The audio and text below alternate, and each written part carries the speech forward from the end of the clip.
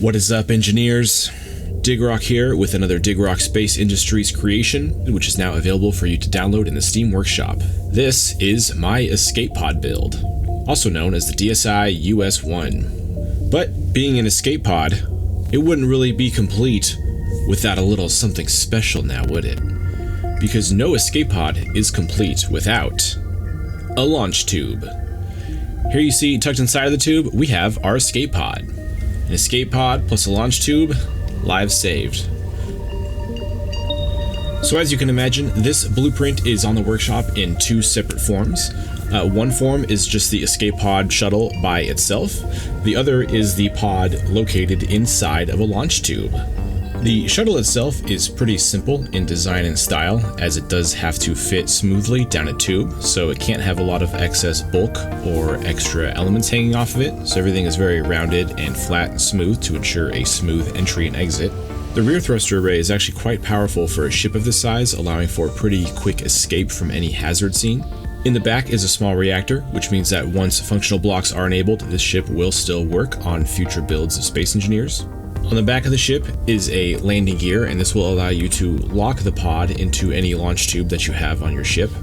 And the interior of the ship has room for a 6-man crew, including the pilot. And in the rear of the cabin is a shelf containing extra components and some medical supplies. Now as for the blueprint with the launch tube and the ship are all assembled together. They are all one grid. So once you add this to your ship and you're ready to start using your shuttle, what you will do is you will come to this side door over here, and you will see that we have a yellow block right here. You just remove this block, and now the grids are separated. Now, once the grids are separated, that landing gear we showed earlier is actually going to connect to this post here. So once your grid's disconnected, all you do is you get in the pilot seat of the ship, back it up,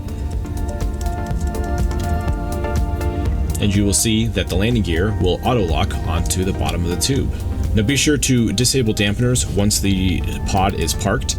This will prevent the thrusters from firing whenever the ship that this is mounted to is flying around and prevent grid damage. And then once you're ready to launch your shuttle, just unlock it by pressing P and fly away. Whee! Now re-entering the tube isn't really complicated, but it can take a little bit getting used to. The main consideration is that there's only one exit on the tube, and you want to make sure that that exit of the tube is aligned with the entrance and exit of your escape pod. So one easy way to kind of line yourself up is actually to fly forward, just to kind of make sure everything is lining up okay. Kind of just visually make sure it's close to it, and then you can actually just turn your shuttle around like so. Watch the rear end, don't turn too fast, because when you're turning you can exceed that 20 meters per second that protects grids, and it can actually cause damage. Once you're lined up, just sort of back it down in there, make little adjustments. Again, as long as you maintain under 20 meters per second, you're going to be okay. You're not going to damage anything. Just want to make sure you're nice and centered. Back it in, and it auto-locked. Now we're in there, dampeners off, shut this ship down. It's ready when we need it. Okay, now let's talk about how to install this onto a ship. As you can see, the tube itself is designed to fit within its own dimensions, and it has a lot of flat surfaces on it. And also, as you can see here with the bottom is completely flat. So this is pretty easy to install really onto any ship. So here in the background, you can see a frigate that I've been working on. This frigate is not even close to done. Haven't even started detailing it yet, but I did plan to have escape pods in here. I needed to know how big the escape pods were going to be, so I started with the escape pod design first. So I know that I want the entrance to my escape pods to be on the right side of the ship. So with the new copy and paste system in Space Engineers, whichever block you're looking at, that is the block that is going to be copied, and that'll sort of be the anchor to where it's pasting.